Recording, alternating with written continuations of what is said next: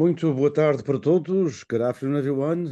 Muito boa tarde para aqueles que nos acompanham, quer na costa leste, quer na costa oeste dos Estados Unidos da América.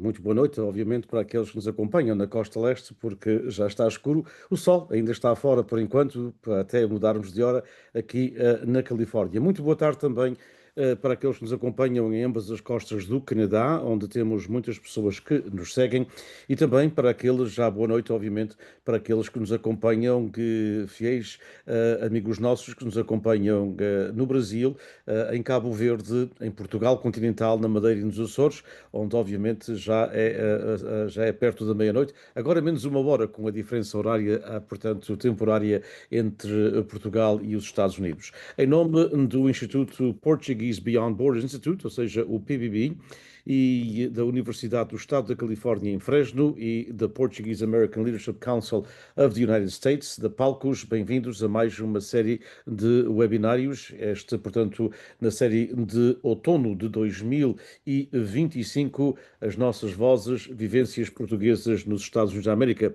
É com muito gosto que temos connosco mais um interlocutor para termos uma conversa sobre estas nossas vivências portuguesas em território americano.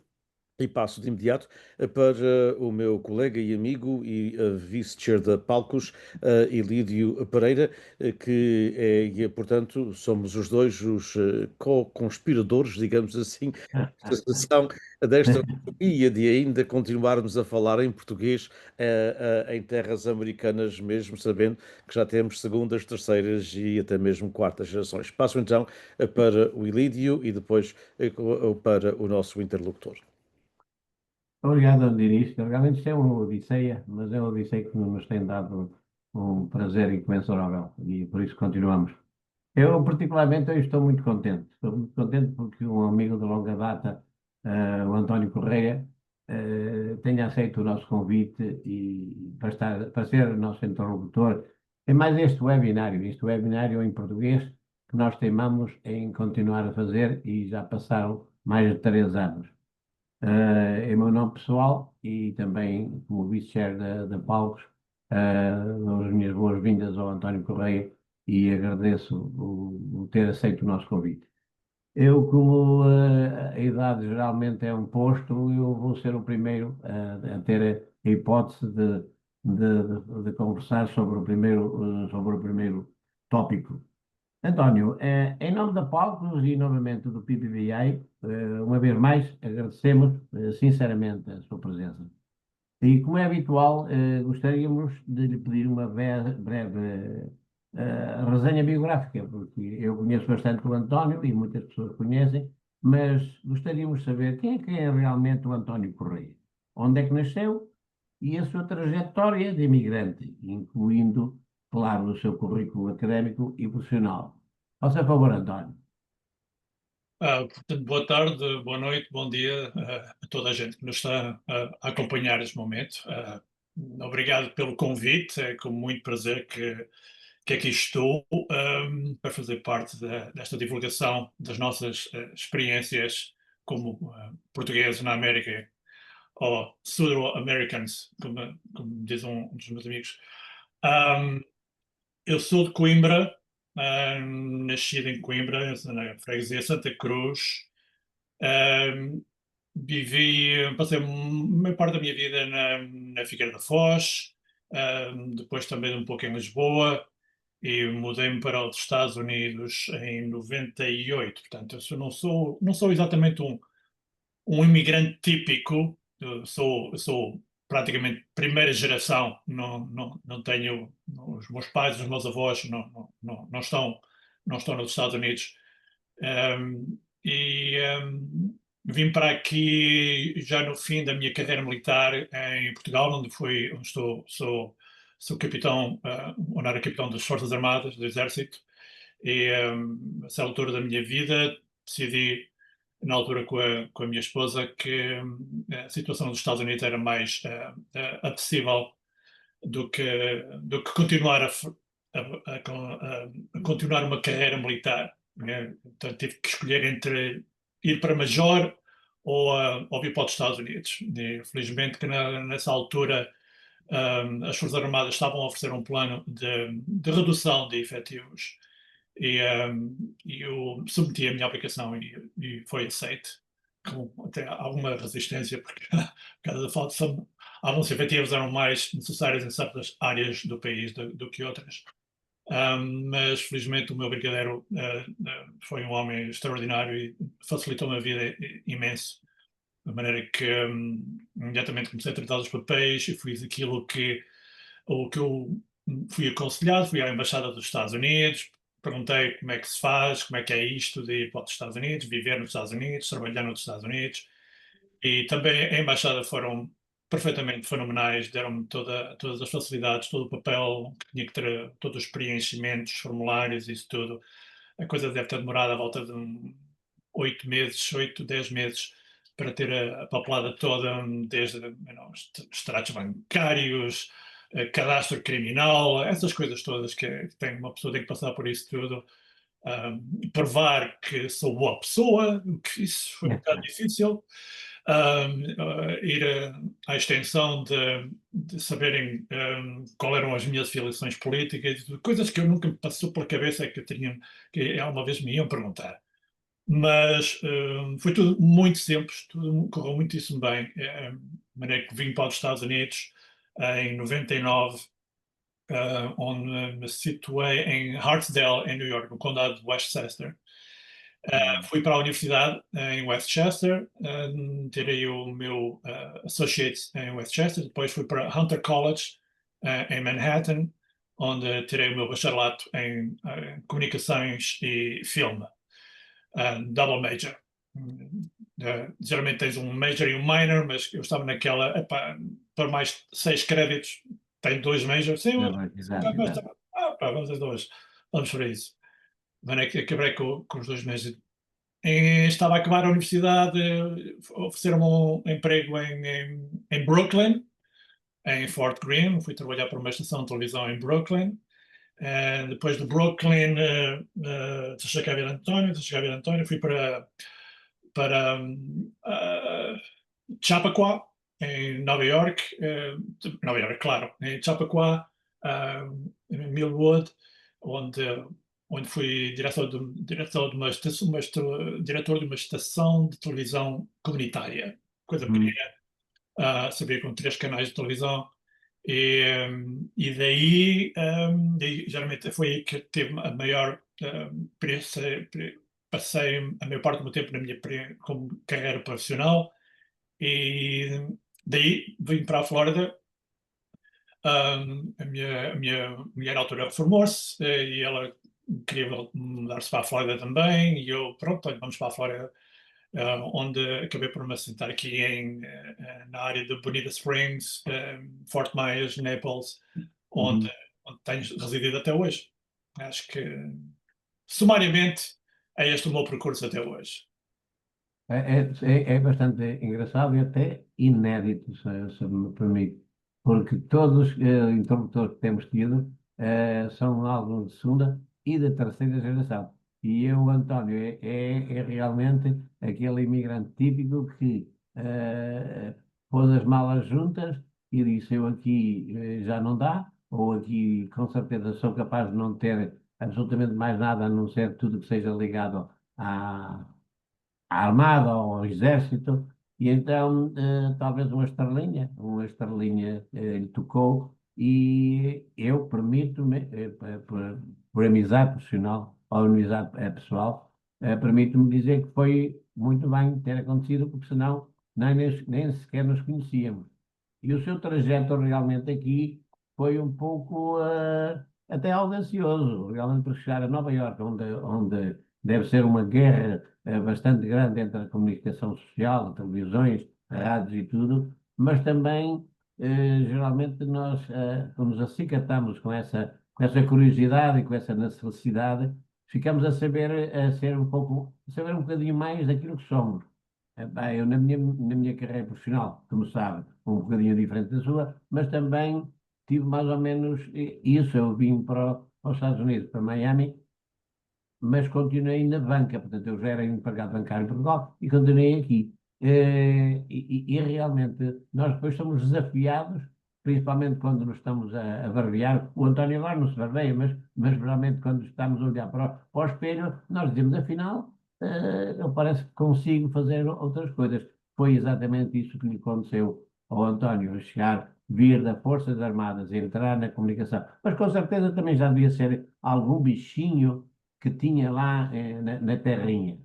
Já havia um certo percurso. Eu, na Figueira da Foz, eu era diretor de programas de uma das rádios piratas na altura. Eu Sim, não sim, estou com aquele surto de rádios piratas em Portugal sim, nos sim. anos 90, final dos anos 80, final dos 90.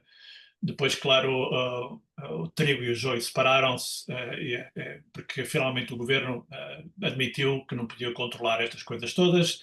Sim. Então, a maneira de controlar é, ok, então vocês, a gente vai-vos dar o estatuto para serem legais, em contrapartida vocês passam a pagar taxas, Já. impostos. you know. Isso, o importante para eles era isso também. E por isso acabou por ser legal, e nessa altura então a rádio deixei de ser um pirata. Estava geralmente, aliás, isto não é mentira nenhuma, a minha primeira estação da rádio foi dentro de uma furgonete e estávamos a transmitir para o fim da rua. Só tínhamos um alcance para aí de 200 metros. Então tínhamos os nossos amigos num carro a ouvir em onda média o que a gente estava a transmitir a 200 metros de diferença, de distância. Quando finalmente deixou de ser pirata, então construímos uma antena, criamos uma cooperativa, e então é chamado Rádio Clube Foz do Mondego, e foi aí Sim, que eu sim, sim, sim, comecei a sim. ter os meus dentes na comunicação social, e deixaram de fazer primeiro tudo o que eu queria, É, praticamente. Mas depois começa a ser trabalho, já não era só pôr discos, era é, mais na organização, arranjar publicidade, jornais, fazer, acompanhar o governo, a Câmara Municipal, as leis que a Câmara Municipal estavam a pôr cá para fora, o que a polícia andava a fazer, acompanhar toda esta movimentação social e política na Figueira da Foz, e foi aí que comecei a apanhar mais o bichinho da comunicação social. de certeza que não eram assuntos que eram tocados pela chamada rádio tradicional e por isso lembram, eram chamados os piratas, mas afinal desses piratas juntados todos deram origem às estações de rádio que nós agora temos em Portugal, bastante boas. Aliás, quase todas transmitem em FM. Portanto, um percurso muito bom, um percurso muito bom. Vamos passar então para a número 2, senhor Diniz. Bem, eu acho que podíamos continuar nesta linha da comunicação social, que é uma paixão minha, e Muito, muito, depois muito. também do nosso convidado, e daria pano para muitas mangas, porque a rádio foi também, aliás, a rádio foi a forma como eu comecei a envolver-me na comunidade com 17 anos, pensava que sabia fazer rádio, ainda hoje não sei, muito menos com 17. Mas uma das coisas que eu queria só acrescentar à belíssima história do António, permite-me, portanto, que o trate assim, é a questão de rádios piratas. A rádio nos Estados Unidos, não só na Califórnia, a rádio nos Estados Unidos começou pirata. Portanto, o primeiro programa de rádio que nós temos registado nos Estados Unidos em língua portuguesa começou em 10 de junho de 1920. As rádios ainda não eram autorizadas nos Estados Unidos. Havia simplesmente aquelas chamadas rádios piratas, não havia, portanto, uma legislação. E foi por um senhor chamado José Vitorino, da Ilha Terceira, nos Açores, que começou o programa chamado Vasco da Gama. Começou a 10 de junho de 1920, antes de haver rádio em Portugal e antes de haver rádio, obviamente, muito, muito antes na própria região autónoma de onde eu era. E só para acrescentar, era analfabeto, ou seja, não sabia ler nem escrever, mas sabia falar e sabia cantar e sabia tocar viola. E, portanto, dava para fazer um programa de 45 minutos, que é o que ele fazia, tocando a sua viola, cantando as suas canções e falando com as pessoas. E criou uma grande popularidade, ao ponto de depois, mais tarde, criar outros programas de rádio, e foi o nosso pioneiro. Mas a minha questão tem a ver com como é que começou o seu envolvimento na comunidade portuguesa e também, se não se importasse, falasse um pouco da comunidade portuguesa dessa zona do sudoeste da Flórida, portanto, porque muitas vezes as pessoas quando se fala, particularmente no resto dos Estados Unidos, não é o caso da Flórida, obviamente, mas no resto dos Estados Unidos e particularmente na costa oeste e mesmo também na costa leste, na zona, portanto, nordeste, e nos estados do centro e sul, quando se fala da Flórida, pensa-se que todos os portugueses estão, portanto, em Miami, onde está o Ilídio, ou então em Palm Coast, não é? E depois não se fala nas outras zonas onde há, de facto, uma grande comunidade e é, neste momento, a terceira maior comunidade de origem portuguesa nos Estados Unidos da América. Portanto, como é que duas partes, se não se importasse falar um pouco sobre aquilo que conhece, obviamente, da comunidade de origem portuguesa ou portuguesa imigrante, como é o seu caso, no sudoeste da Flórida e também o seu próprio envolvimento. Ah, ah, por acaso é uma questão interessante, porque ahm, quando estava a viver em Westchester, os meus contactos com as comunidades portuguesas eram em New Jersey. Praticamente nós íamos a New Jersey para a mercearia, para o bacalhau, para o azeite, os pastéis de nata, aqueles clichês todos de que se aplicam à comunidade portuguesa, é exatamente, nós não tínhamos pejo nenhum em vamos mesmo armarmos aqui turistas portugueses em comunidades portuguesas. Portanto, fomos imersamos, submergimos nós próprios dentro dessa cultura ali no Ironbound, em New Jersey. Havia alguns clubes em Westchester que não, pronto, não tinham assim grande. Não havia um outreach, um esforço de outreach para ir saber quem é que estava ali, quem é que não era, quem é que eram os portugueses, onde é que eles estavam a viver. Nunca notei que houvesse alguma coisa de especial para tentarem, para chamarem o António, chamarem o Vítor ou a Maria para isso. Foi só quando vim aqui para a Flórida que, pela batuta, no, pun intended, pela batuta de um amigo meu, do Eddie Couto. O Eddie Couto é um açoriano, é muito, muito como o nosso amigo que inventou a rádio aqui, começou a rádio, quase analfabeto, mas senhor de uma voz, senhor de uma presença musical, uma presença, um daqueles cantores de charme pronto, que há pouco. Isto para um rapaz do Pico da Pedra, dos Açores, ele era o senhor charme aqui. Era ainda, é. E foi o Eric que um dia por uma obra ou outra, já nem sei bem exatamente como é que aconteceu, mas encontramos-nos no restaurante aqui em Fort Myers, aqui perto de Fort Myers. E o Eric, na altura, tinha um grupo de música. Era ele um solista e tinha acho que era uma namorada ou uma noiva, não, já nem me lembro. Mas fazia o dueto de andarem nos clubes portugueses, especialmente aqui em Fort Myers. Era ele que fazia a música. Portanto, o clube tinha um jantar, todos os meses faziam um jantar e o Eri era a música. Ele é que vinha cantar e fazia as suas coisas, cantar música portuguesa, também alguma música americana. E um dia, por uma razão ou outra, que já nem me lembro como é que foi, o Eri, encontramos e o Eri convidou-me: epá, tu e eu podíamos era fazer isto aqui juntos. E eu fui tipo, epá, está bem, pronto, não sabia exatamente no que é que me estava a meter. Para ser franco, foi muita areia para a minha caminhonete, como se costuma dizer.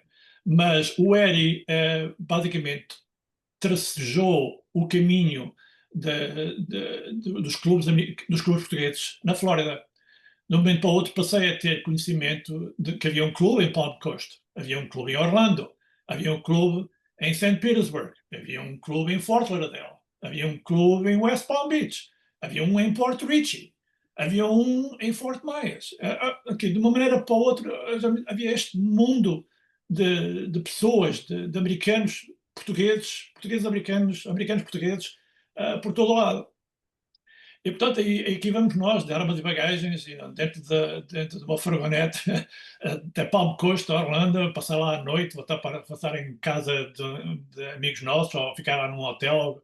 E passei a ter esse conhecimento do que era a realidade luso-americana na Flórida. E praticamente era toda igual. As pessoas que você vai encontrar em Palm Coast são as mesmas que vão encontrar em Port Richey as mesmas que vou encontrar em West Palm. Havia aqui aquela ideia de que as pessoas que vinham de New Jersey, os imigrantes que vinham de New Jersey, acabavam todos na costa este, portanto, Palm Coast, Fort Lauderdale, Miami, e a malta que vinha mais de estados lá de Virgínia, ou Boston, ou Massachusetts, ou mesmo açorianos, acabavam mais na costa oeste, Orlando, St. Petersburg, Port Richey, por aí fora. Isto não se aplica a toda a gente ao mesmo tempo, claro, mas essa era a ideia com que fiquei na altura. O engraçado quando comecei a ficar exposto a isto, encontrei também uma certa, um certo isolacionismo. Havia uma certa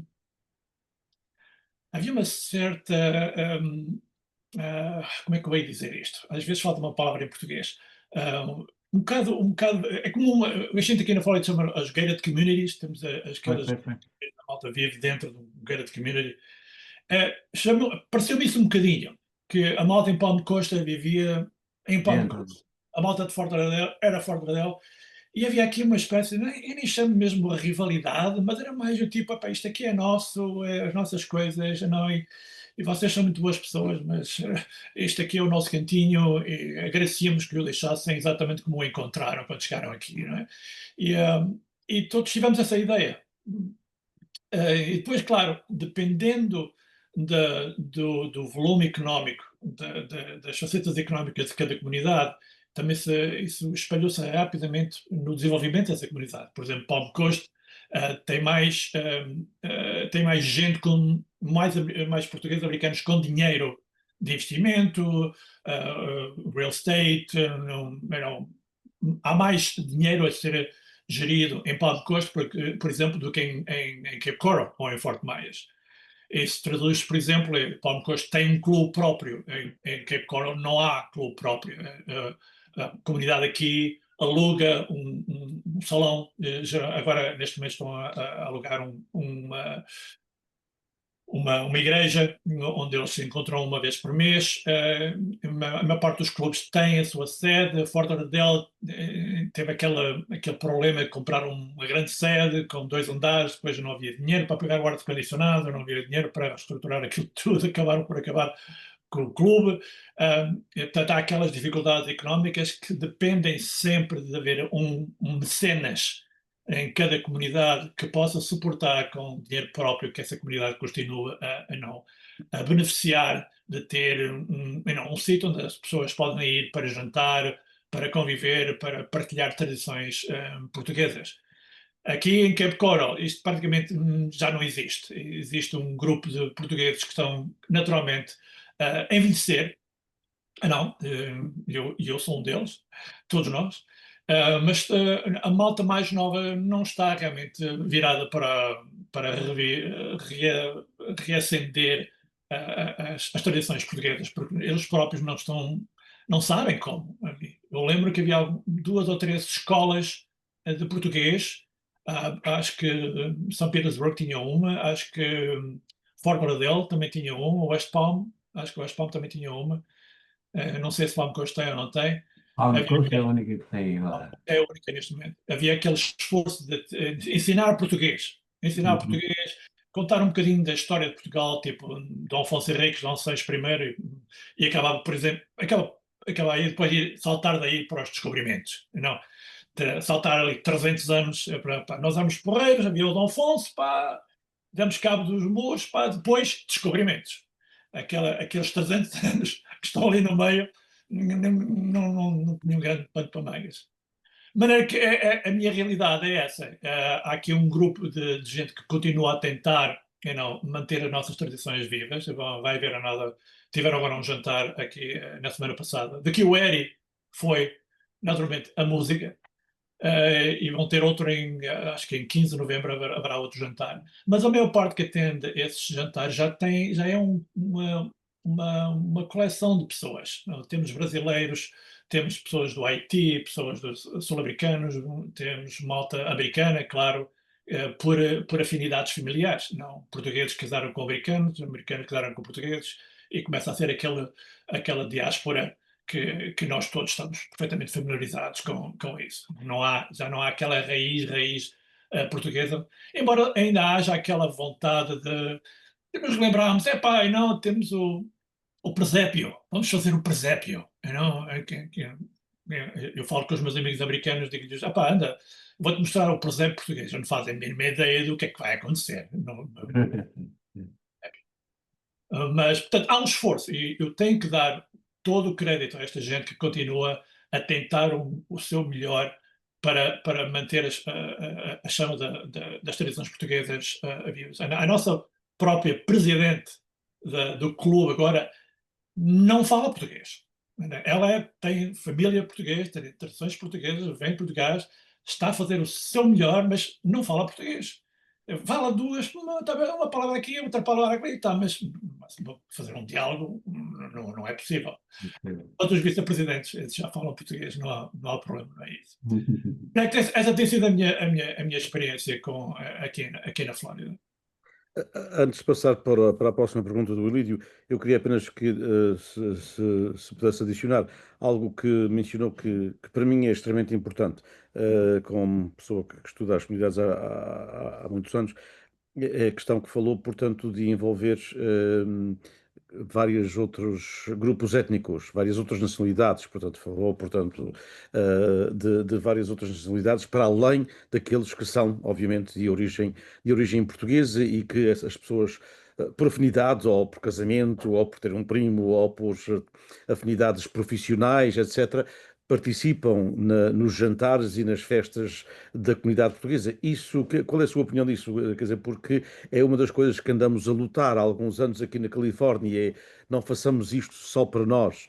É tempo de abrir porque os nossos filhos, os nossos netos participarão totalmente na vida americana, neste caso na vida californiana, e portanto a nossa comunidade está cada vez mais multicultural, levou muitos anos, mas está cada vez mais multicultural. Qual é a sua perspectiva? Porque para nós aqui na Califórnia andamos muitos, não assim tantos, mas alguns, andamos a pregar este evangelho já há algum tempo, ou seja, há que diversificar e há que trazer as outras comunidades para que a cultura sobreviva. Como é que vê isso na sua comunidade, na sua zona?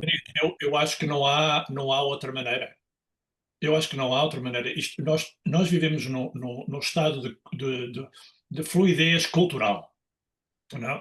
Há aqui um dinamismo de identidade cultural que tem que ser abraçado. Nós não vivemos na bubble. Nós estamos aqui numa boa, não podemos depender de uma geração de portugueses que vieram para aqui, trabalharam, agora estão reformados, a maior parte deles, e não podem estar fechados, como eu disse há pouco, no chamado gated community. Eles têm que abraçar o resto. Aliás, há muito, especialmente no nosso caso, portugueses. Nós já temos esse tipo de sangue. Nós somos os gajos que foram para a África e foram para a Índia e foram para Timor e foram para o Japão.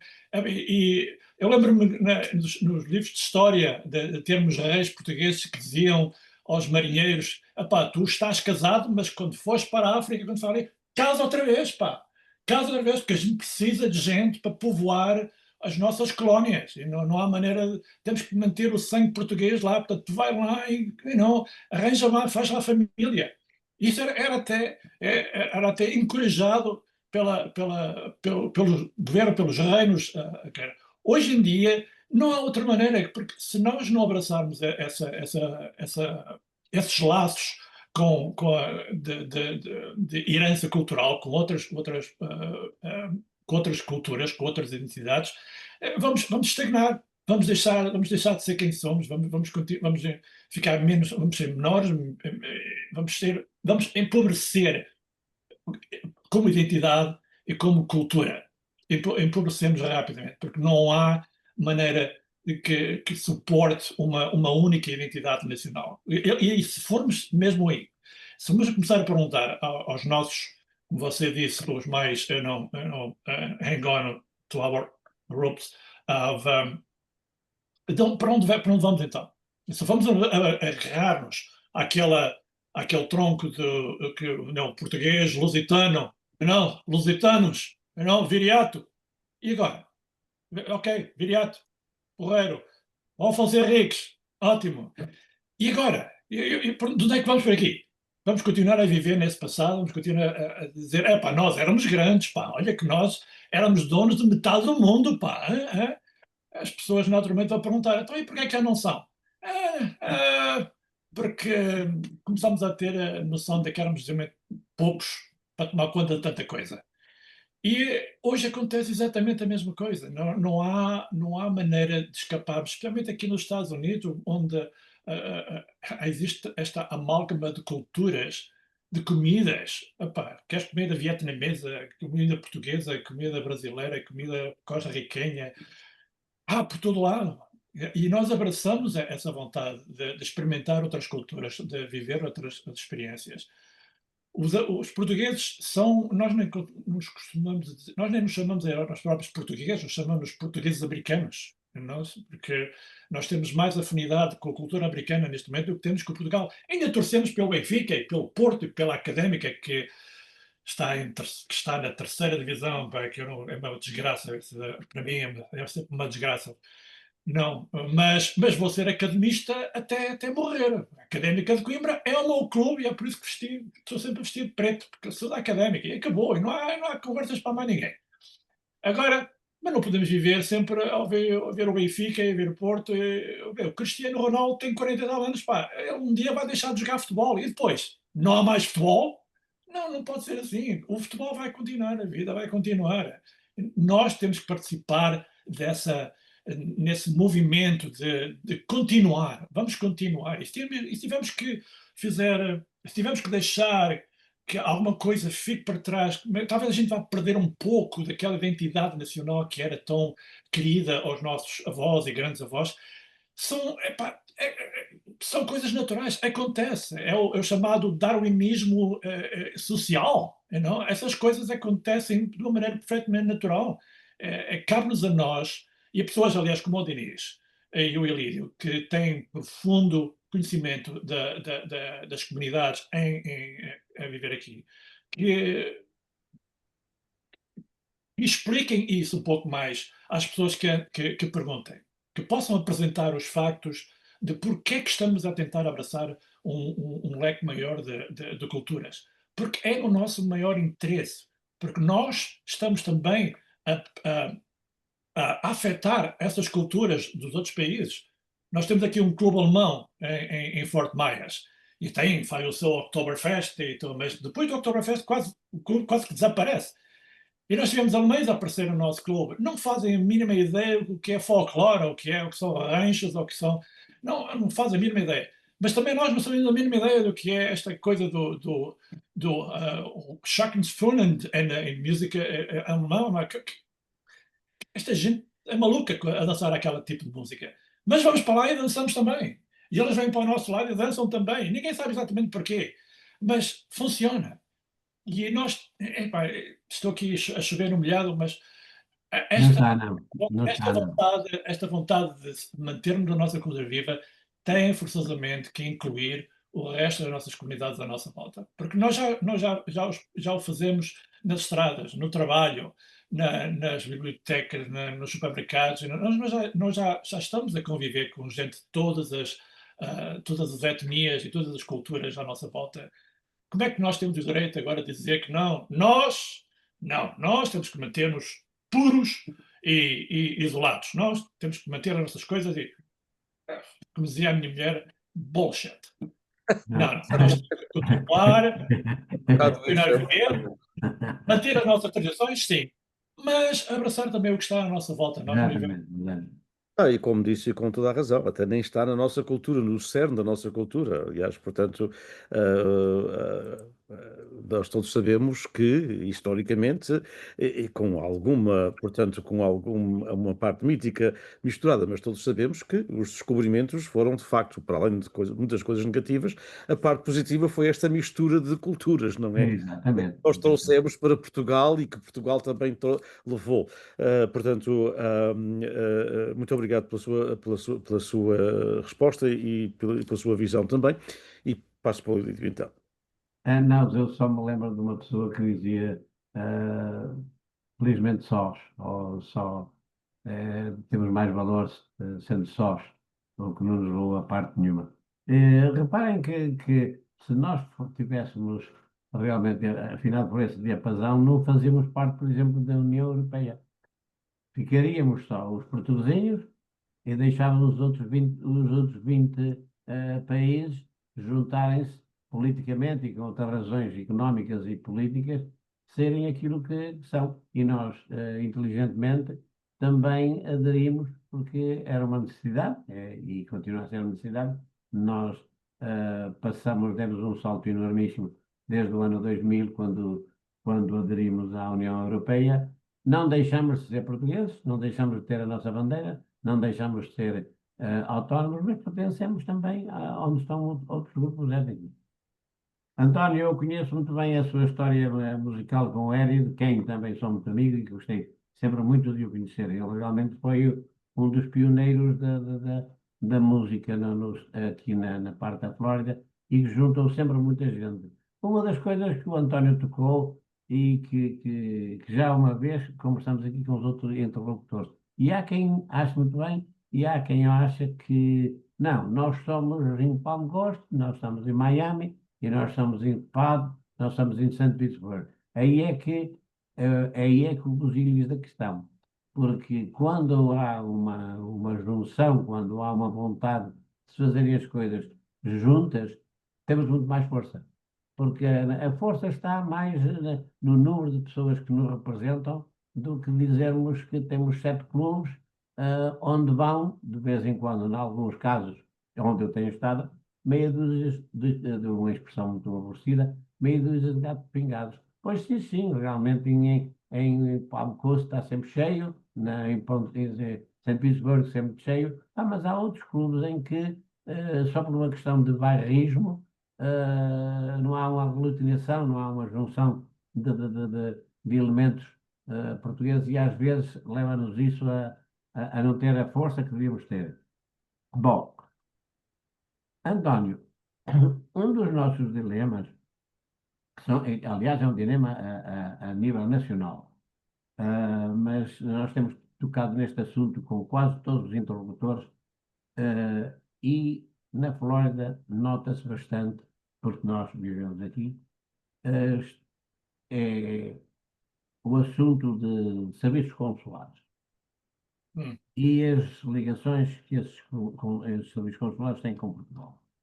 Na Flórida, como o António sabe, e como sabe também estou bastante envolvido nisso, não sou eu, a comunidade tem sofrido um pouco com a falta de atenção que os diplomatas, não só daqui, mas de Portugal, dedicam à Polónia. O Diniz disse há bocadinho uma coisa que já nos foram, não nos puseram em dúvida, mas eu repito, atualmente a Polónia tem 120 mil luso-americanos, o que isto foi uma coisa quase de um dia para o outro.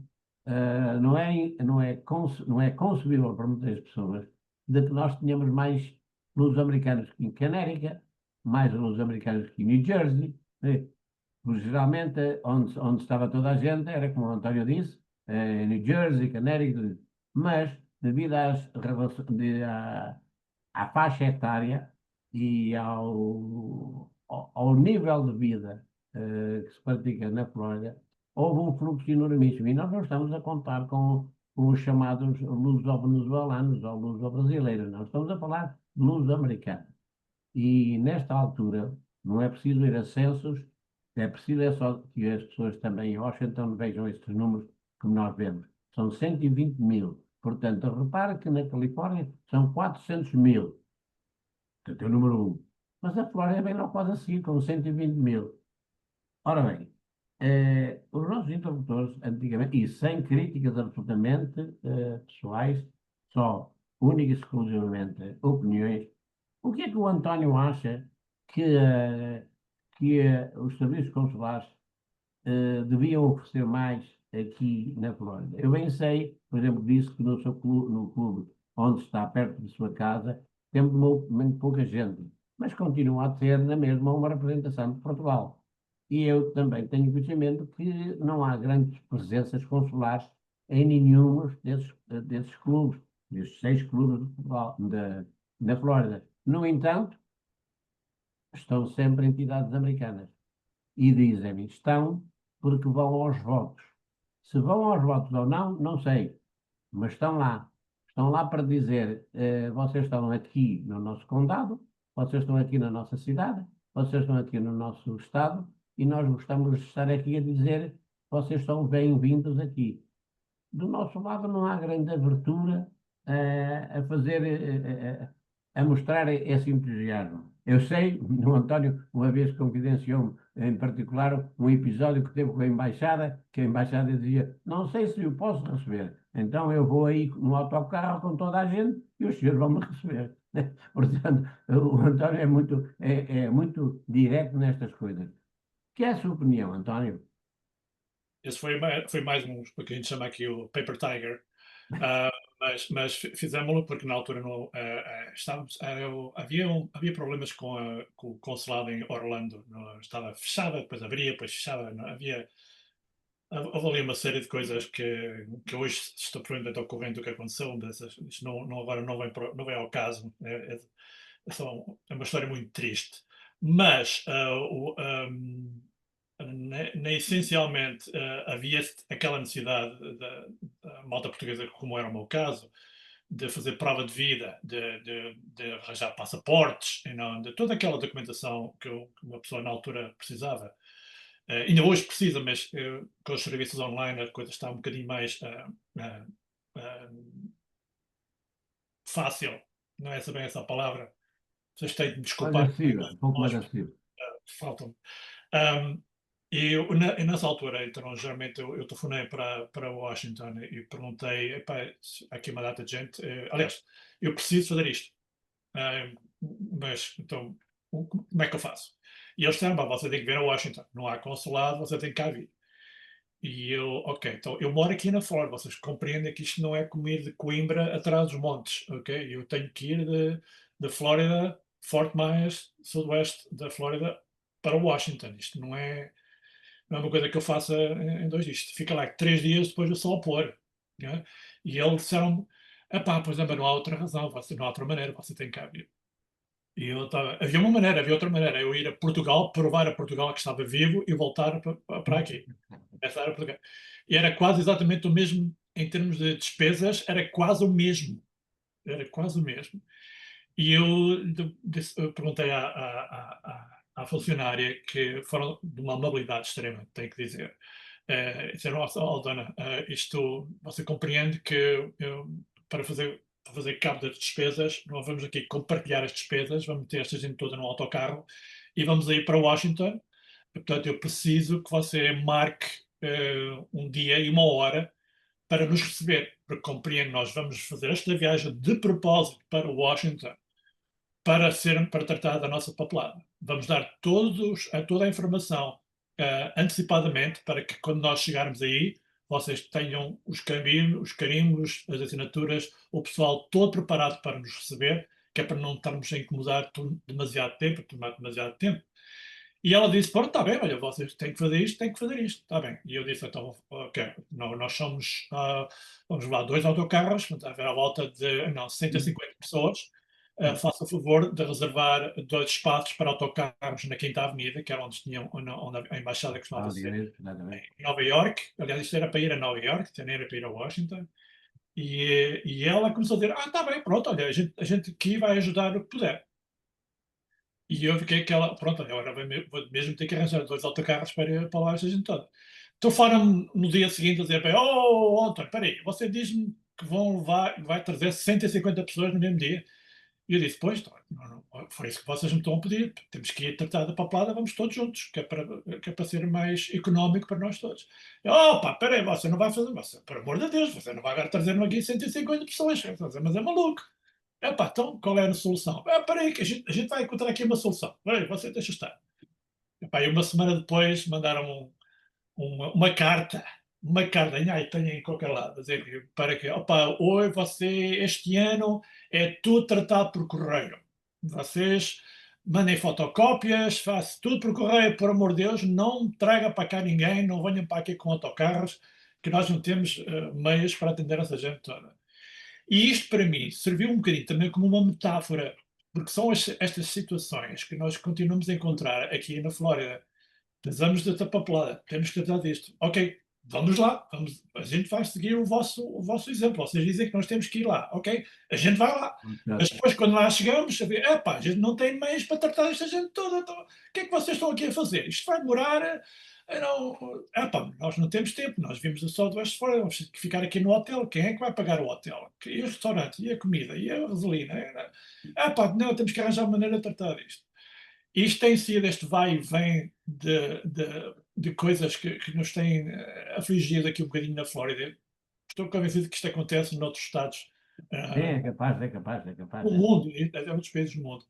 Mas aqui tem sido uma coisa realmente que só quem passa por ela é que pode realmente acreditar na coisa. Nós tivemos, o último funcionário que nós tivemos aqui foi espetacular. Falta-me o nome dele, Elias João ajuda. Queimado, João Queimado. João Queimado. Homem, eu nunca vi homem tão trabalhador como o João Queimado. Este homem era um muro de trabalho. Não havia almoço, não havia hora de jantar, não havia almoço. Ele dizia: pá, eu abro às 9, pá, mas se vocês estiverem aqui às 8, eu abro às 8. Se vocês estiverem aqui às 7, eu abro às 7. Se você chegar tarde, eu fecho às 5, mas se você chegar às 6, eu abro às 6. Eu nunca vi uma pessoa com tanto valor em termos de atendimento e em termos de profissionalismo. É uma coisa extraordinária. Não vejo uma coisa assim. Nós tínhamos o nickname para ele, era o americano. Nós chamávamos-lhe o americano. Porque ele não tinha nada de português nestas coisas. Não era tipo, Sim, sim, pá, sim, você sim. vai cá amanhã, que a gente vai ver se vai tratar amanhã. Amanhã é outro dia. Não, o João Queimado, marinha mercante, não é? Eu acho que é um homem Exatamente, extraordinário. exato. É Mas muita gente, infelizmente muita não gente. temos tido o mesmo tipo de João Queimados que nós vimos, que eu acho que nós merecemos. Tem sido esta amálgama de vamos ver o que é que se pode fazer. Não. E felizmente que a internet tem ajudado bastante. Por exemplo, hoje posso fazer a prova de vida por intermédio da internet. Eu já não vou ao consulado há 3 anos. Mas eu acho que é uma falta. Acho que é uma daquelas coisas que pode ajudar a certa identidade nacional para continuar. Vamos lá encontrar o que é que se faz, quais são as últimas leis de Portugal. Ninguém sabe leis de Portugal.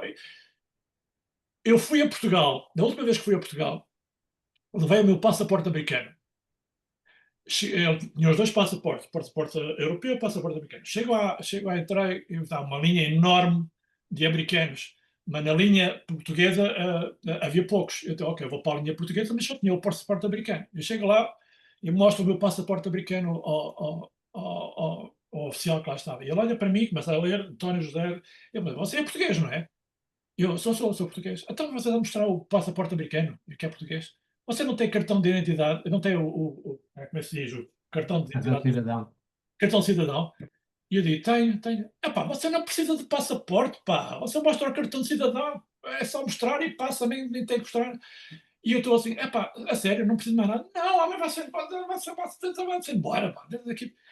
E eu não sabia, não fazia a mínima ideia. E eu acho que são estas coisas que um consulado pode ajudar. Você vai a Exatamente. Portugal, estas são as novas medidas, estas são as novas coisas que você tem que contar e fazer.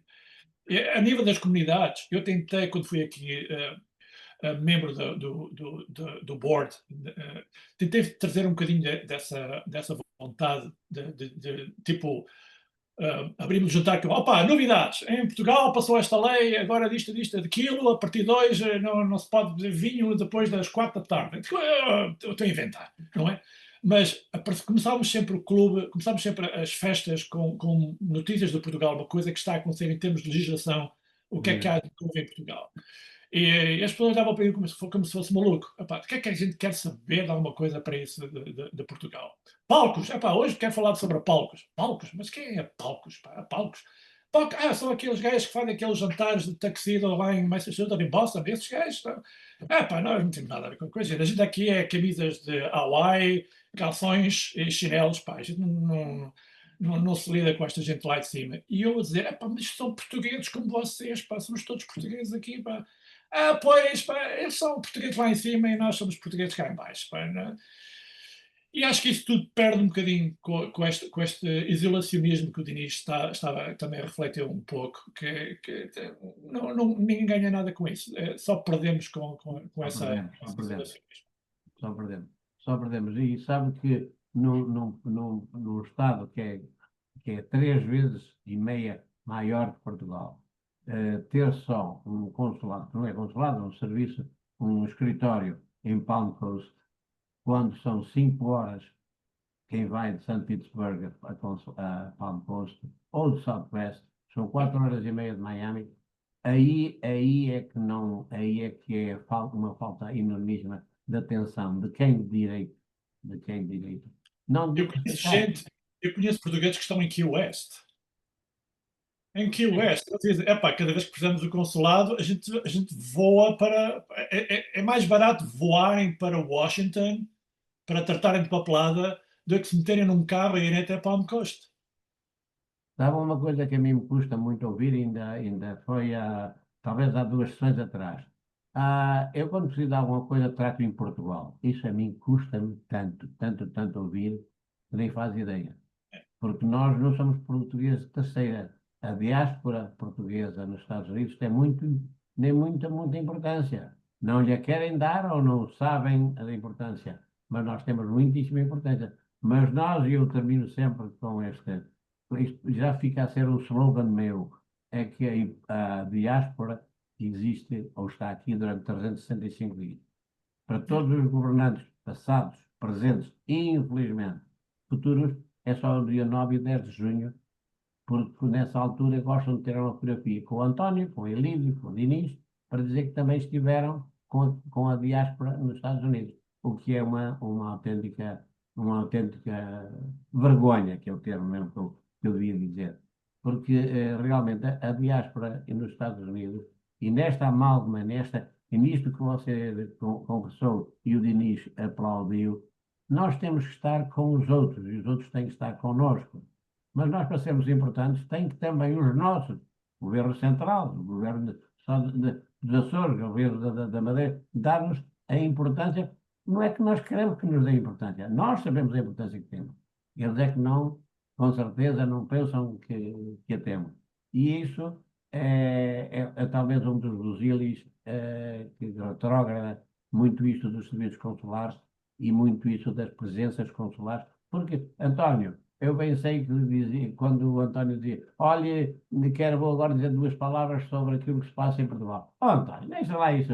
Mas se fosse o senhor João Queimado ou outra pessoa ligada ao consulado, com gravata ou sem gravata, com bow-tie ou sem bow-tie, mas que dissesse, só vim aqui para almoçar com vocês e para lhes dizerem que agora, para entrar em Portugal, entram já só com o cartão cidadão. Pronto, toda a gente batia palmas e toda a gente fica contente. Mas é preciso que alguém tenha essa vontade.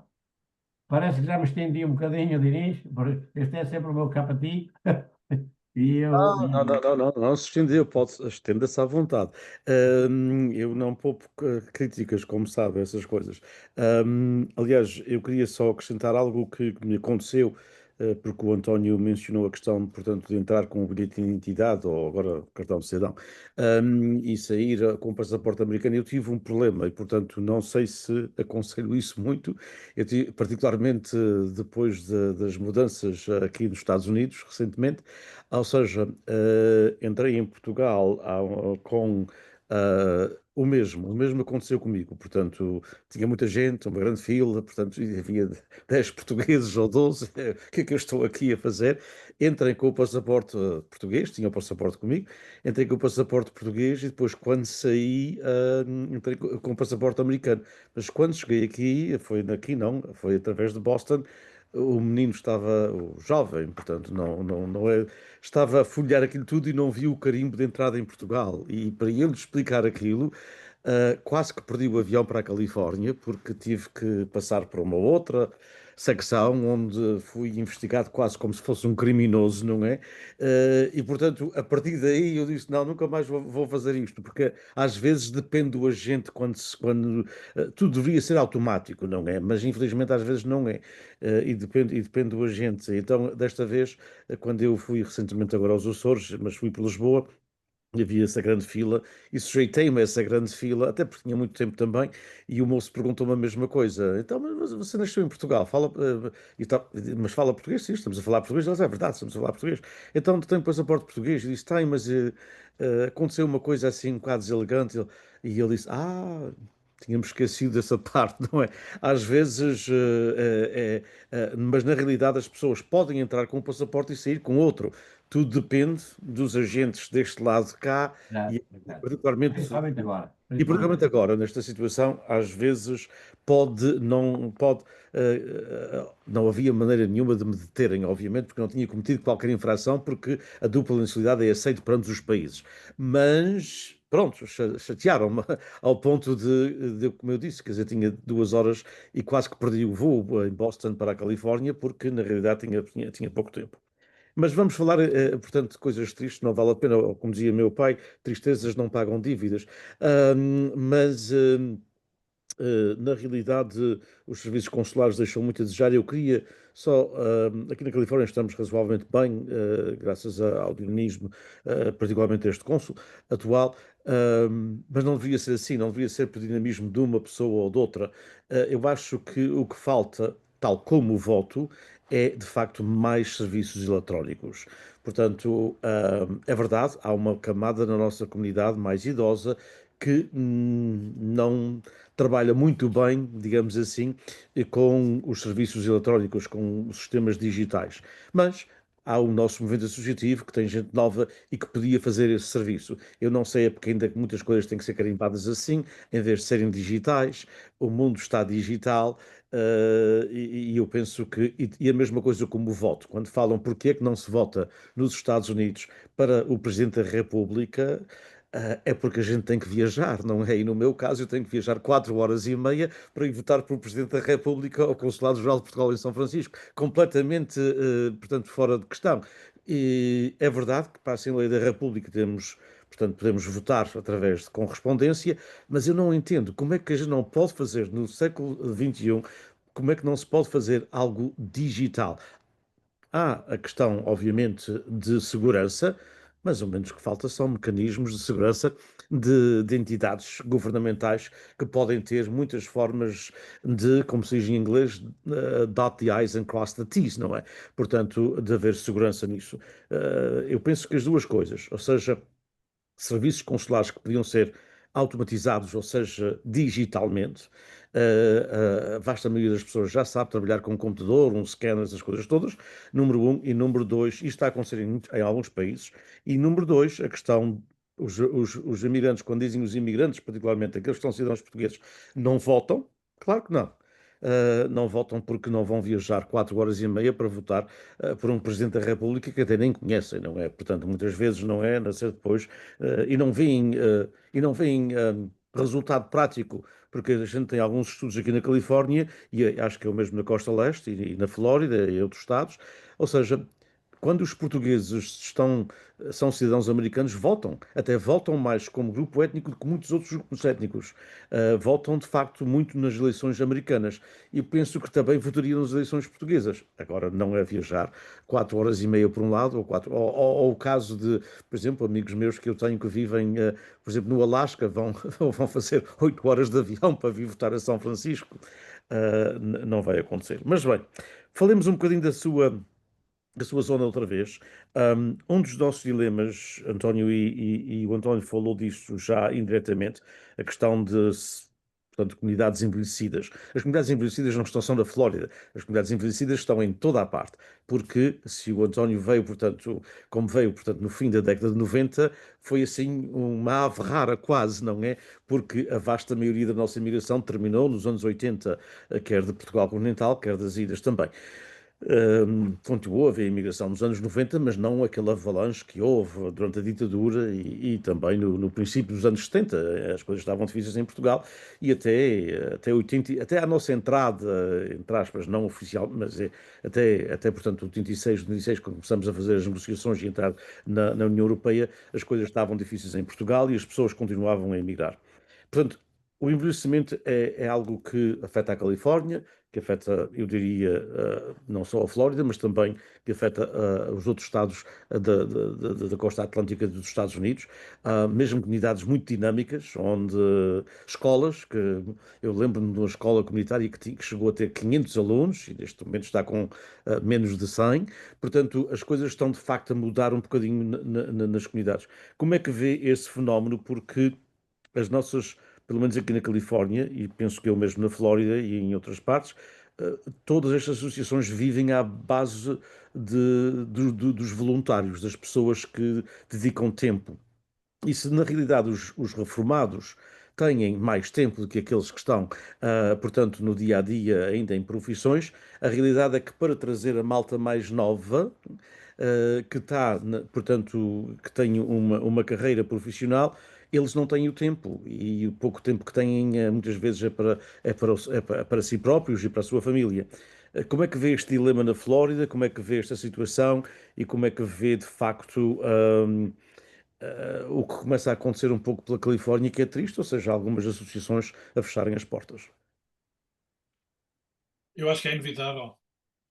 Eh, eh, hum, eu até estava a pensar, talvez seja um conceito um bocado triste ter que o dizer, mas eu volto à minha expressão da cultura, do darwinismo cultural.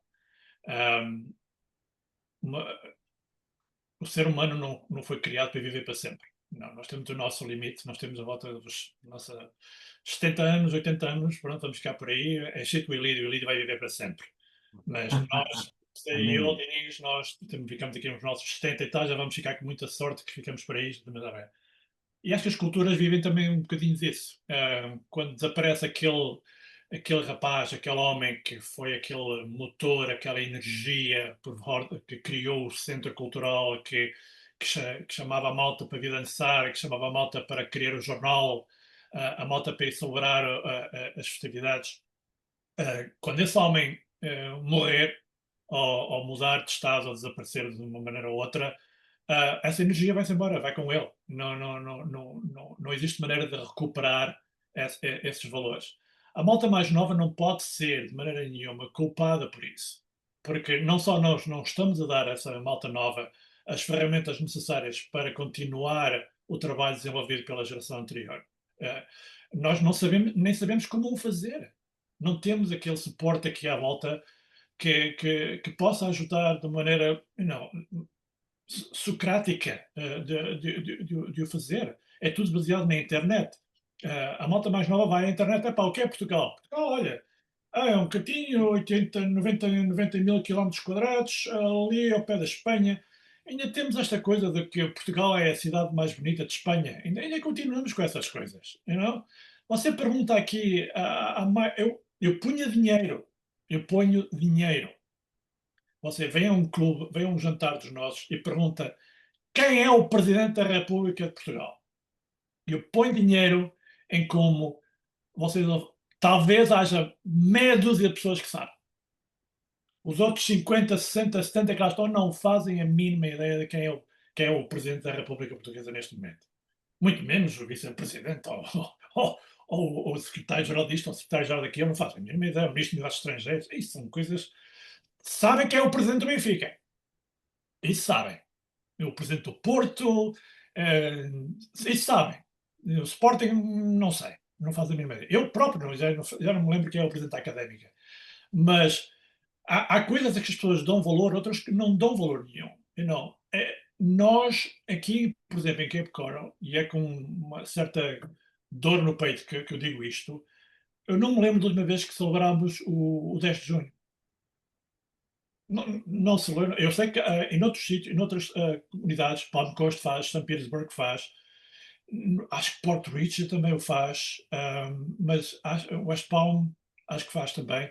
Mas em Cape Coral garanto que nos últimos 10 anos nunca se celebrou o 10 de junho. Eu pergunto até, então vamos celebrar o 10 de junho, sabe? Celebrar o quê? You know? E nem venha cá começar com o 25 de Abril, porque então o 25 de Abril então é tabu, aqui não se pode falar no 25 de Abril, por amor de Deus. Mas essas coisas fazem parte do que nós somos. Não, de uma maneira ou de outra. Apoiar ou não apoiar, nós somos quem somos e vimos de todos daí. Não? Nos 500 anos de descobrimentos, opá, nós éramos os gajos, os heróis da fita, mas ninguém se vai lembrar que o Mozinho de Albuquerque era um assassino profissional. Não? Ninguém se vai lembrar que o Vasco da Gama andava ali a matar gente para abrir caminho para chegar ao Pão de Índia. Nós tivemos muitos criminosos para chegar ao ponto em que nós chegamos.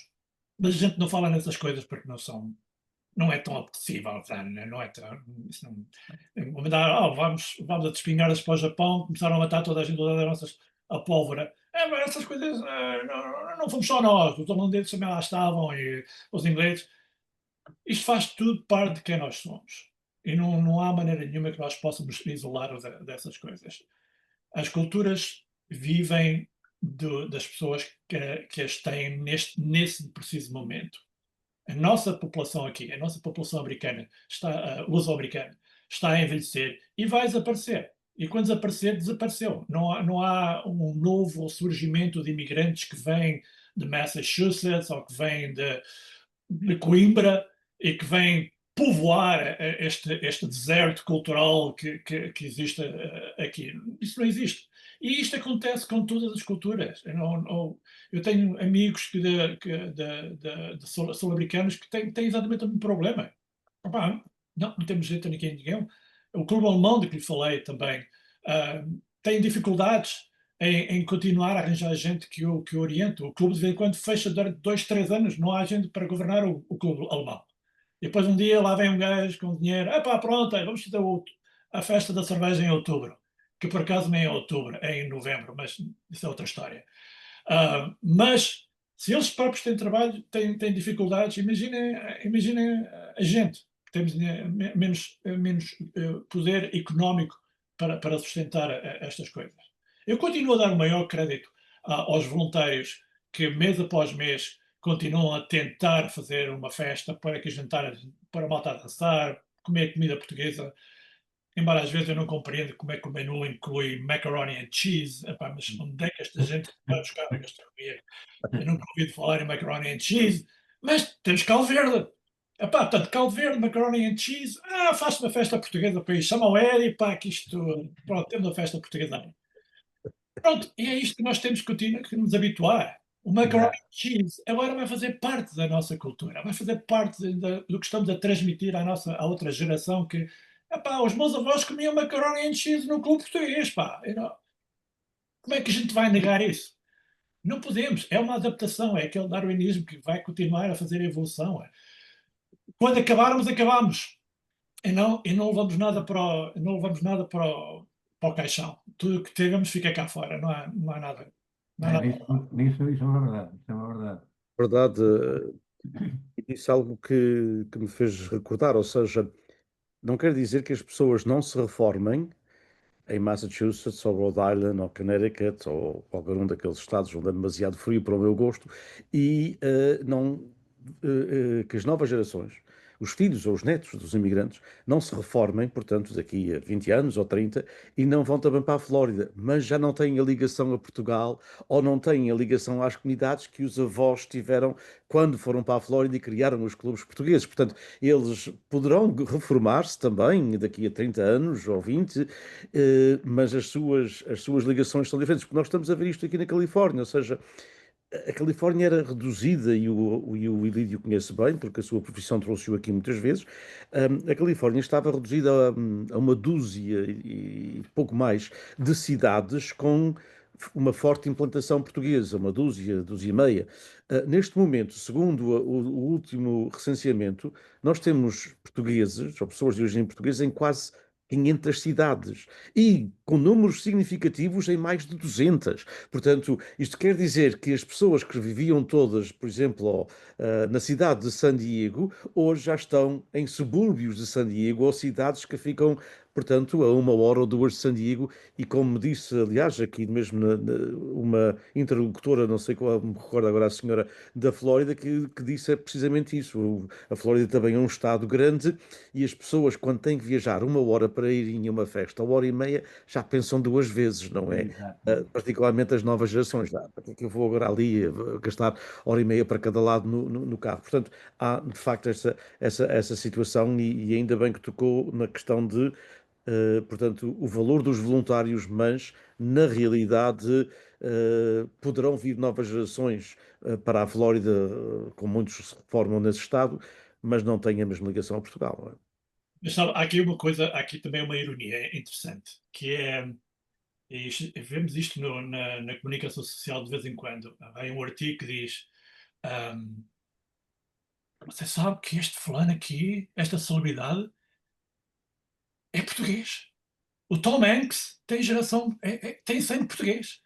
A Nelly Furtado, sangue português, pá. Katy Perry, sangue português, pá. O Sean Mendes, o Sean Mendes também tem sangue português. Demi Lovato também tem sangue português. E eu começo aqui a perguntar, David Lee Roth, o quê? Dos Van Halen? Sim, ele também tem sangue português. E eu começo assim a perguntar, então, vamos lá ver. Então, o sangue português não é. Como é que esta gente, como é que estes são portugueses? Eles não são portugueses, eles são um produto deste construtivismo americano. Mas o sangue português é aquela, já tem uma coisa especial. Ela é especial porque tem sangue português. Não? Ela é especial. Nós queremos, epá, eu também tenho sangue português, não sou ninguém me passa cartão nenhum, mas então, tenho que ser celebridade para ser alguém. Eu não, pois, pá, mas é aquela. E é esta ironia que nós não damos muito valor a quem que nós somos, mas outras pessoas com outras situações sociais na vida, isso, celebridades, não? Para eles é um motivo de orgulho. Sim. Pois, eu tenho sangue português. E nós vemos isso com a malta, com o sangue italiano. Como é que tem, pá, sim, os meus avós, pá, da Sardinha, Sicília, vinho, Itália, então, França, a mesma coisa, Grécia, os meus avós, pá, são descendentes do Sócrates, do Platão, então, pá, eu sou grego, então, os irlandeses, profundamente orgulhosos da sua cultura. E nós temos aquela de, olha, nós somos portugueses, tal, então, 500 anos de descobrimentos, não vão ser ricos, Luís de Camões, pronto, e acabou ali. Se não tivermos outras pessoas como outras celebridades para nos dar aquele vulto de reconhecimento, já não somos ninguém. Mas é esta a ironia que eu acho engraçada. É uma dualidade interessante, não haja dúvida. Ilídio. Meu caro, o tempo voa. O tempo voa sem querermos. O tempo voa. Eu ainda queria fazer só uma remarca aqui, porque realmente a zona onde o António Correia vive é uma zona onde não tem um núcleo grande de portugueses ou de luso-americanos, mas há outras zonas onde nós temos já uma presença grande, e já falamos nisso, sobre os 120 mil. E sabe que nós pecamos um pouco também por mantermos as nossas tradições ao tal caldo verde, às festas e às romarias, mas nunca nos preocupamos também em trazer um pouco mais de cultura, ou um pouco, porque eu posso lhe perguntar, eu sei que se fosse preciso alguém para cantar Fado de Coimbra na sua zona ou noutras, o indicado era o António Correia, que eu sei que é um dos seus predicados. Mas por que é que nos clubes todos do estado da Flórida temos, e são muito boas, estas festas de romarias e ranchos e tudo, são elementos da cultura, são elementos da cultura. Mas se tivéssemos um pouquinho menos de arraiais e de festividades, e tivéssemos outros géneros de atrações, de poesia, de fados, que também são cultura, haveria algo mais interesse da parte da comunidade ou acha que não? Eu acho que sim. Eu acho que haveria interesse nessas coisas. ainda há ah, aquela maneira de pensar que temos que. Portanto, os portugueses só vêm comida. Vamos começar por aí. Não há comida, ninguém aparece. Ninguém vai. Mesmo que a gente tenha que pagar alguma coisa, mas tem que haver comida. E, há esta ideia de é um jantar. Vamos fazer um jantar. Ou um piquenique. E temos aqui um grande grupo de malta portuguesa que faz um piquenique todos os anos à volta do Super Bowl, no fim de semana do Super Bowl. Fazem aqui um piquenique com churrasco e galinha e fricassé e tudo. Malta fenomenal. Malta fenomenal. Mas é uma vez por ano. Os jantares é uma vez por mês. E é muito compartimentalizado, porque a gente vai lá, compramos uma senha, compramos o bilhete, temos o jantar, acabamos de jantar, há música para dançar, a música acaba, vamos embora, que isto são horas para me deitar, que já passa das 9 da noite e vou para casa. Acabou. Não há mais nada.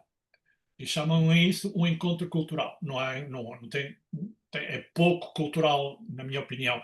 É mais um acontecimento Convívio. social. É uma coisa social, não é um acontecimento cultural. Eu acho que há lugar, e aliás, eu tentei fazer isto aqui também, em Cape Coral, de criar umas tardes. Vamos precisar aqui uma tarde, vamos fazer um lanche. Está uns biscoitos, está uns refrigerantes, e vamos trazer umas coisas como o Lídio falou. Não tinha que ser exatamente poesia, porque foi o Lídio, não fala em poesia, que esta moto aqui é tal. Você fala em poesia, é que me estar a falar da senhora dos desaparecidos. Pá. Ninguém quer nada ter a ver com isso, porque não foram educados para desenvolver esse amor por poesia. Exatamente. O que não, é, Eles não se pode criticar, pá, porque não, António, eu sou de uma mal zona. sabem, a malta aqui mal sabe quem é o Luís de Camões, quanto mais agora está a falar, ok, agora vamos falar sobre o Almeida Garrett. Exato. Por amor de Deus, quem é que sabe do Almeida Garrett? Almeida Garrett, viajas da minha terra. Hã? Não vamos a lado nenhum. Antero de Quental, não, Fernando Duarte, ninguém vai por aí. Mas não vai por aí, porque nunca houve um esforço daqui para trazer essas Exatamente. coisas. É mais comida, música para dançar, vão-se deitar. São essas as três coisas. Eu acho que há lugar para isso. E talvez a malta mais nova, e quando falamos mais nova, eu estou a falar dos quarentões, cinquentões. Isto é o que eu estou a falar da malta nova. Não? Sim, esses é que são os novos. Esses é que são os novos. Portanto, se esta malta quisesse fazer isso, mesmo com completo desconhecimento da cultura, epá, por amor de Deus, há aqui uma coisa chamada a internet, pá. Não. Temos um mouse para saber quem foi o Luís de Camões. Aliás, me importa a gente não sabe quem foi o Luís de Camões. Nem nós sabemos exatamente quem foi o Luís de Camões. Mas há mais cultura portuguesa, há mais. O fado não é só a nossa música. Há outra música. O meu irmão tem um grupo de música que começou do nada e eles não tinham a certeza que aquilo ia durar. E já lá vão 10 anos que eles fazem isto. Chama-se Terryland e cantam música portuguesa dos anos 60. Madalena Iglesias. Coisas desse género. E a malta em Portugal adora aquilo. Estão sempre a tocar em hotéis, em casinos. A malta adora esse tipo de música. Exato, e António, se me permite, sabe que a minha inclinação musical também, porque era música. Isto não é música. Isto que vem agora não é música. São aqueles que realmente os põem a dançar e dançar, mas isso não é música absolutamente nenhuma. Não há uma pauta, não há, aquilo não foi escrito por ninguém, foi. Ali, a música é como política, pá. Cada um tem a sua. Eu não acredito que haja música má. Só há Não. música de que eu não gosto. Claro, mas as opiniões, cada um tem as suas opiniões. Música. Mas, António, voltando a essa parte, repare que nos outros 6 clubes que têm bastante acessibilidade, principalmente desses 3, St. Petersburg, Palm Coast e Palm Beach, não discriminando os outros, claro, mas mesmo nesses, e já tivemos interlocutores de todos esses, ainda não houve ninguém que disse, mas que grande ideia de realmente também termos outras partes culturais. Não, deixe-nos vir o rancho, deixe-nos vir a bifana, deixe-nos vir a música que agora é mais popular, pinga. Não há ninguém que diga, e no meio não se poderia pôr algo de cultural. Olha, eu diria ainda mais. eu acho que estes clubes, os clubes que têm mais gente e mais poder económico e social, como Palm Coast, St. Petersburg e bem no West Palm, e eles tenho a certeza que eles não vão gostar do que eu vou dizer, mas esta é a verdade. Eles poderiam liderar o movimento nessa direção. Porque a malta daqui, a malta dos clubes mais pequenos, está a copiar o que os clubes maiores fazem. Exatamente. Nós O que é soubermos que em mau. Palm Coast há uma sessão de fados, há uma sessão de poesia, há uma sessão para falar de arquitetura portuguesa ou escrituras, galera. Se nós ouvirmos que eles estão a fazer lá isso, uma coisa dessas, nós vamos fazer aqui uma coisa também dessas. E esses clubes, a liderança desses clubes tem mais responsabilidade no impacto da comunidade da Flórida do que pensam. Eu sei que eles estão a fazer o melhor para o clube deles, mas a liderança, o que eles fazem lá, reflete-se nos outros cantinhos aqui na Flórida. Mas repara, Nós- António, até pegando nessa ideia, e foi com alguém que está à frente desses clubes, nós dissemos que realmente vem o artista A, o B, o C, mas não há arte. Por exemplo, ainda agora falou no grupo do seu irmão, mas há grupos de Portugal que praticam uma música e tocam música fantástica. Ah, mas são caros. Mas se os clubes daqui o quisessem, eles, eles mesmos podem dividir o chamado cachê por eles. Mas o que às vezes é um bocadinho de vaidade é dizer, eles vieram tocar ao meu clube. Não, eles vieram tocar à Flórida, para os luso-americanos que vivem na Flórida. Bom, isso são contas de um bocado do José, mas estava há bocadinho falou do Vasco da Gama, só que nós nascemos com uma dor de cotovelo. É como eu sou do norte, eu não digo dor de cotovelo, eu digo dor de outra coisa. O Vasco da Gama chegava a uma ilha qualquer e dizia ao comandante daquele barco, aquela ilha é para ti, e aquela é para ti. Imediatamente, perdão, mas porquê a ilha é para ele, aquela e não é para mim? A inveja começou já há muitos, muitos anos. Portanto, agora a nós nos estranha muito que esta coisa de dizer, não, ele vem cá tocar, mas é para o meu clube. E isso aí é que, monetariamente, é muitíssimo dispendioso e é um bocadinho difícil fazer esses grandes grupos de Portugal. Bom, tu, amigo Diniz, eu estou a alargar-me hoje de uma maneira. Não, nós temos de facto de terminar, tínhamos pedido ao António uma hora e já abusamos Mas com a culpa também é um bocadinho do António, que o António tem que se alargar. com 1 hora e 25, mas vamos de facto terminar. Antes, eu queria apenas dizer, portanto, obviamente, primeiro foi um grande prazer conhecê-lo e ouvi-lo, sobretudo, e ouvir o seu pensamento. Eu gosto muito de ouvir quando as pessoas estão a falar e a pensar, que é outra coisa do que de evitar, obviamente. E, portanto, eu gostei imenso deste serão. Espero que se as pessoas gostaram 10% daquilo que eu gostei, ficam muito bem servidas. Eu gostei mesmo muito. Segunda coisa, eu queria a questão, portanto, da poesia, de Camões e tudo isso. Nós aqui, eu fiz parte de uma organização durante muitos anos, já não faço as minhas responsabilidades, mas nós tínhamos, portanto, éramos assim um bocado utópicos e 3 em 3 semanas fazíamos uma leitura de poemas. E começámos com 5 pessoas.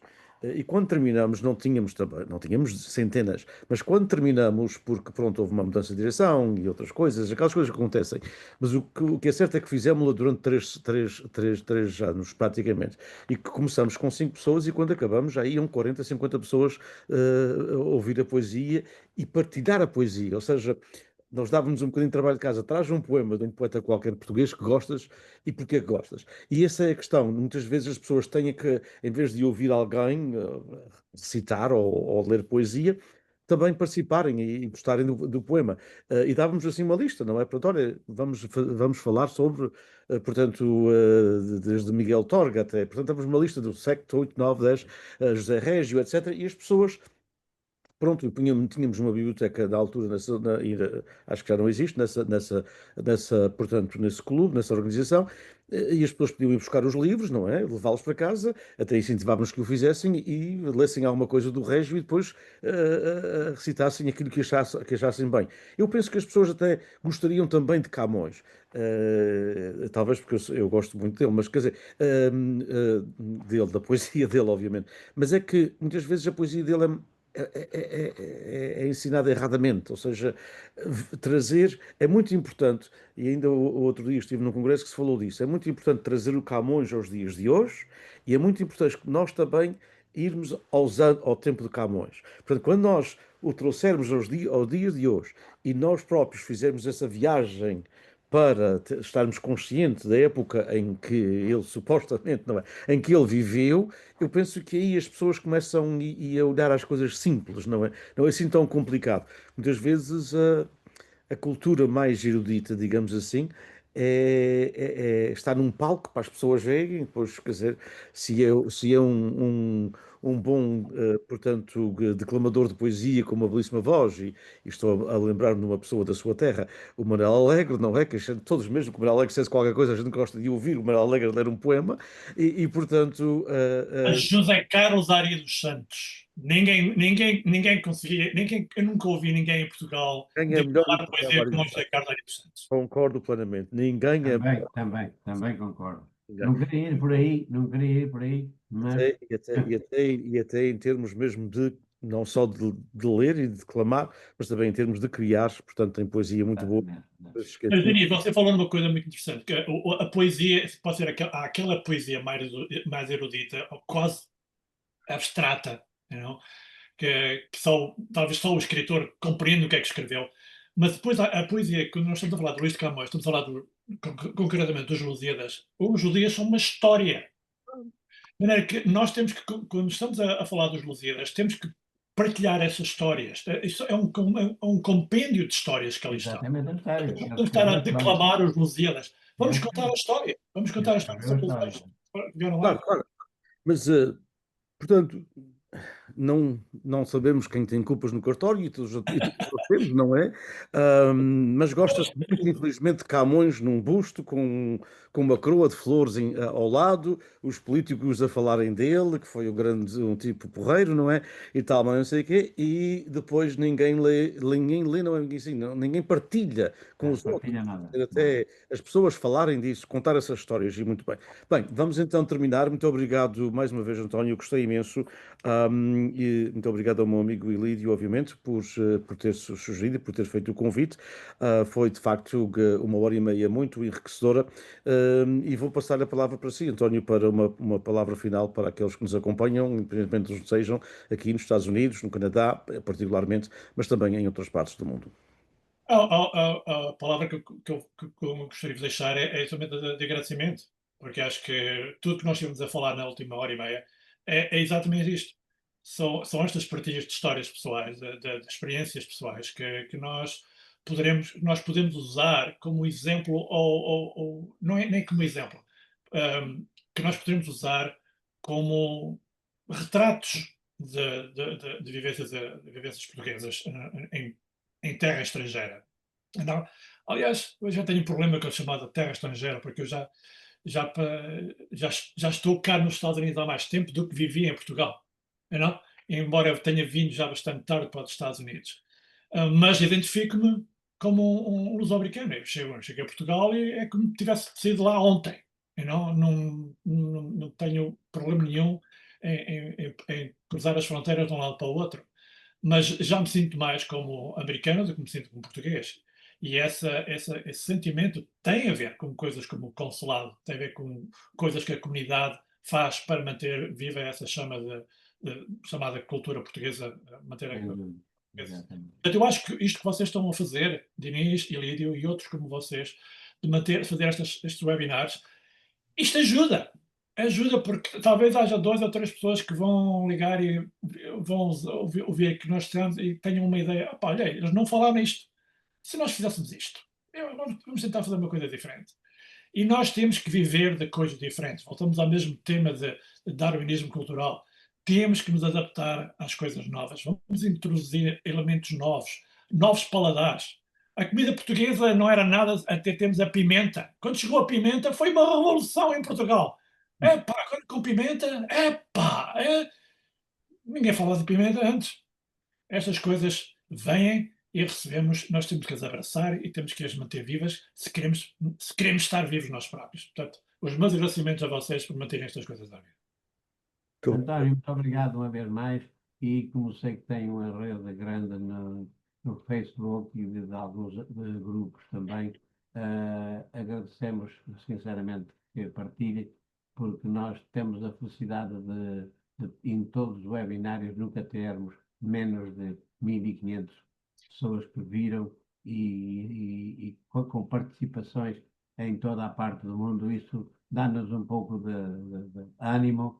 E o meu amigo Denis iniciou, e eu, com muito prazer, também sou co-moderador, e isto vai nos levar a muito lado, porque vamos ter muitos António Correias. Muito Ai, obrigado. que vocês me estão a meter, mas está bem. Muito obrigado mais uma vez. Também queríamos informar aqueles que nos acompanham que, obviamente, como disse o Ilídio muito bem, portanto, temos a felicidade de muitas pessoas nos acompanharem e agradecemos. Estes webinários ficam arquivados em 2 sítios. Um talvez menos importante e menos mediático para muitas pessoas, mas para mim, particularmente, é muito importante. Ficam arquivados na Biblioteca da Universidade do Estado da Califórnia, em Fresno, para futura pesquisa.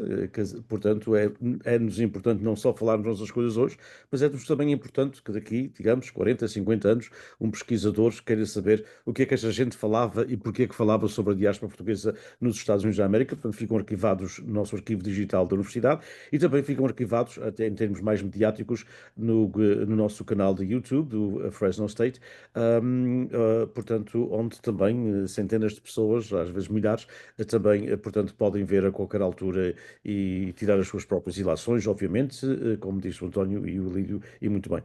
Muito boa noite para todos, em nome do Instituto PBBI, da Universidade do Estado da Califórnia, em Fresno, em nome da Portuguese American Leadership Council of the United States, Palcos, um abraço e a nossa gratidão ao nosso convidado António Correia, obviamente um abraço sempre contínuo ao meu amigo Ilídio e um abraço para todos que estão em várias partes do mundo. Até sempre. Muito obrigado para todos. Até sempre. Obrigado, muito obrigado. Boa noite.